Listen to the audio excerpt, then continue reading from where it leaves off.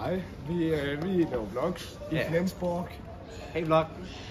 Yes, og nu skal vi filme McDonald's. Stop! Nu har vi lige fået forret, og nej, jeg snakker ikke om din mor. Det er McDonald's. Og jeg vil lige vise sin flotte burger her. Masser af fyld i her. Meget dejligt.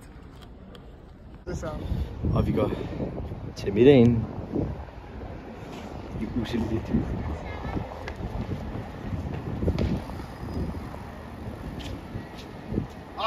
Frick! Nu er vi kommet til desserten. Vi har jo fået en lille forret og en middag, men nu er vi kommet til desserten.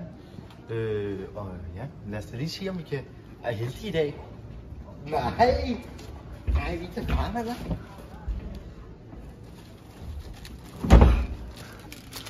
Bon appetit! Filmer du? Yes, sir. Ja, fint. Det her det er så den hovedgaden i byen her. Den er bare dejlig. Altså, det er bare fjol. Tyskland er bare nice.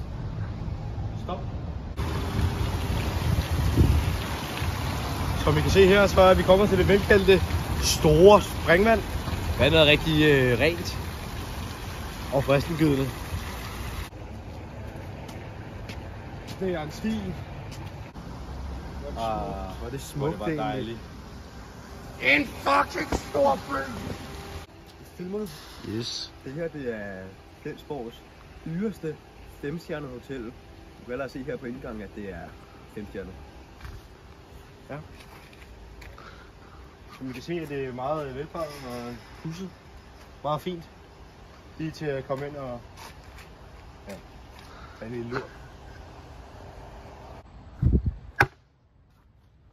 Det her er top 3 af de mest dødssyge steder i Flensborg. På en flot tredjeplads over de mest dødssyge steder her i Flensborg, der har vi den her mur. Rigtig populært sted i Flensborg, som vi kan se her. Er der fuldstændig dækket til med mennesker. På en rigtig fin anden plads, så har vi det her tårn.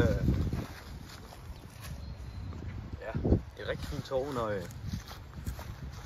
legenden beretter om, at der engang sad en hjemløs mand og spiste en burger ved højre side her. Eller højre side for jer. Så har vi sidst men ikke mindst plads nummer 1 over de mest dødssyge ting i Flensborg. Og I undrer nok over, hvad fanden jeg har fundet på den her gang. Hvad er det fundet på, Lars? Det skal jeg fortælle dig. Det her fuldstændig ligegyldige stykke fucking kunst. Ingen ved, hvad det er. Alle er ligeglade med det. Det er bare. Sådan er det. Lad os lige give en hånd til plads nummer 1. Kan I sige tak for i dag? Gutter, har I ikke glemt noget? Au.